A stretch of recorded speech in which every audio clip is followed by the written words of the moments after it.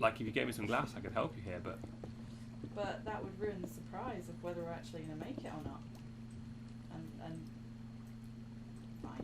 Am I helping? Am I helping? Yeah, you are, absolutely. Am I helping? Look, I'm wearing my squid head. I'm actually thinking about trying to enchant this. Do you think I can enchant this head to have, like, water breathing? Curse of binding water breathing. It doesn't need curse of binding. I'm never taking it off. Never. It is too good. The fact is that I've actually, because I've got like this monster head on under this, I've actually got a head inside of a monster head inside of a squid. You are the recursive monster.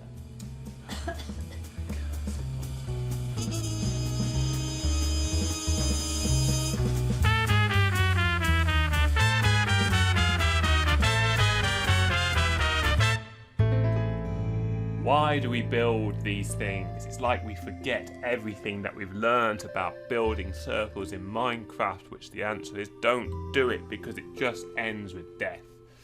As you can see here, this is actually sped up incredibly. So what is about 3 hours of footage I've compressed right down. But really that's missing out all of the infrastructure, all the sand gathering, all of the maps that we had to print out. I wanted to put this belt around our base and I wanted to put some logos on it, so as you approach the base you were presented with a bit of text to read and you had to be quite far back to read it. But once we built it, it really felt like a wall. And we didn't want a massive wall, we didn't want to be walled in our base, especially on the inside it felt quite enclosing. So what we then decided to do was turn it into a giant globe. I was going to build like an armillary stargazing sphere thing. It didn't quite look right, it didn't have like the dynamicness which you really wanted to feel, so I said we'll build a globe, and that's what we decided to do.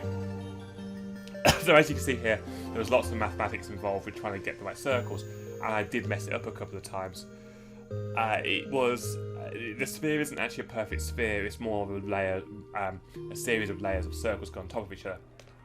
And also, I realised quite early on that I really struggled to convert maps into a sphere. Africa here is actually a bit narrow and doesn't quite join up with India, so there's a bit of a gap between Saudi Arabia, UAE and India. So I'm just putting in Arabia there on the right hand side. India is the green on the right, and then they sort of come together in a moment, but there's a bit sort of stretched there. I also had a problem over towards the 9th where I was trying to put China in. China wasn't quite in the right place, but it is where it is. Also, pardon me. You also noticed that we also put in the kelp farm because we ran out of fuel. I thought we had tons and tons of fuel. Tabitha was like, "No, we're going to need a kelp farm." So we're getting tons, 14 pickaxes of coal, more than enough coal. The reality is, nowhere near enough coal for this much glass. Tabitha was right. Also, completely underestimated how much glass we're going to need. There was a complete miscalculation of that. I did some maths and I basically got it wrong by a factor of about 8. So this is shulker chest after shulker chest. So you have a complication of, first of all, yes, you're trying to do the circles. On top of that, I'm trying to actually put the right colours in the right place. It was 2 people for night after night. On top of that, we fixed the iron farm in this time as well. We also fixed a kelp farm. We also had to build a smeltery for because we weren't smelting fast enough. And that was smelter. We had to build a mini smelter, a mini super smelter.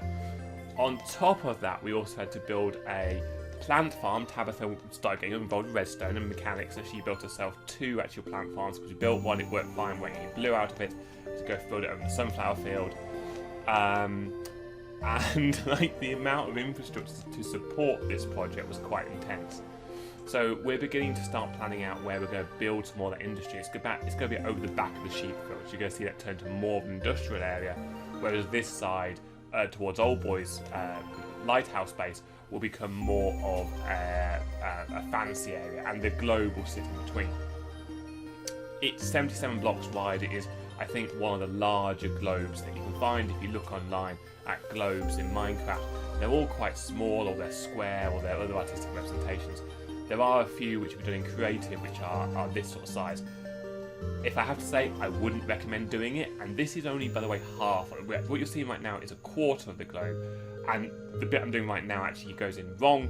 We have to take it all out and put it back in again. So those three vertical strands there. You can see here I'm just realising that it's going horribly wrong, and I pretty much stopped for the night. You're going to swap from January the 9th here in about 2 or 3 seconds, because literally I'm just going to come down going, this is just wrong. So here you can see we've gone back and fixed the top there, though I had to go back and fix it again. We're now putting in the second quarter. The second quarter went in a lot faster. There's a lot, Indonesia and Oceania, it's actually mostly ocean. So once you've done China and Thailand, those sort of areas, there's no Australia, of course, that's in the southern hemisphere. So this goes in relatively quickly, and also we have the numbers written down. So Tabitha's basically filling up the chest and giving me numbers of how many blocks, and then I'm just literally laying blocks down. Without that, it wouldn't have been possible. It wouldn't be possible partially because we're doing this in the evening and we're all a bit tired, and I just can't do the maths and do the colour picking and everything else at the same time. What's quite amazing is nobody died in the making of this video, because the number of times that we're out on top of here and the phantoms come, it is pretty impressive. The overall effect here is going to jump in a second, because I actually also ran a disk space of recording these time lapses, and you're going to see me jump to the half globe being finished, which should happen now. You see, it looks really impressive, but you have to also have that sense of motion. In still screenshots, it doesn't really come across. But as you fly around it, you really get that idea that it is a globe, and you can start picking out some places that are a little bit broken. And yeah, that is us. That is a 6 minute,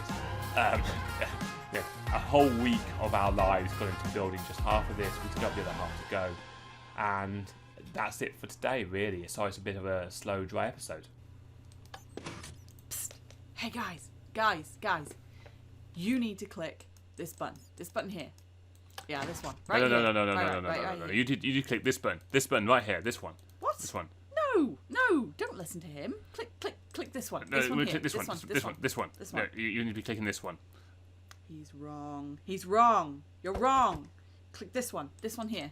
This one.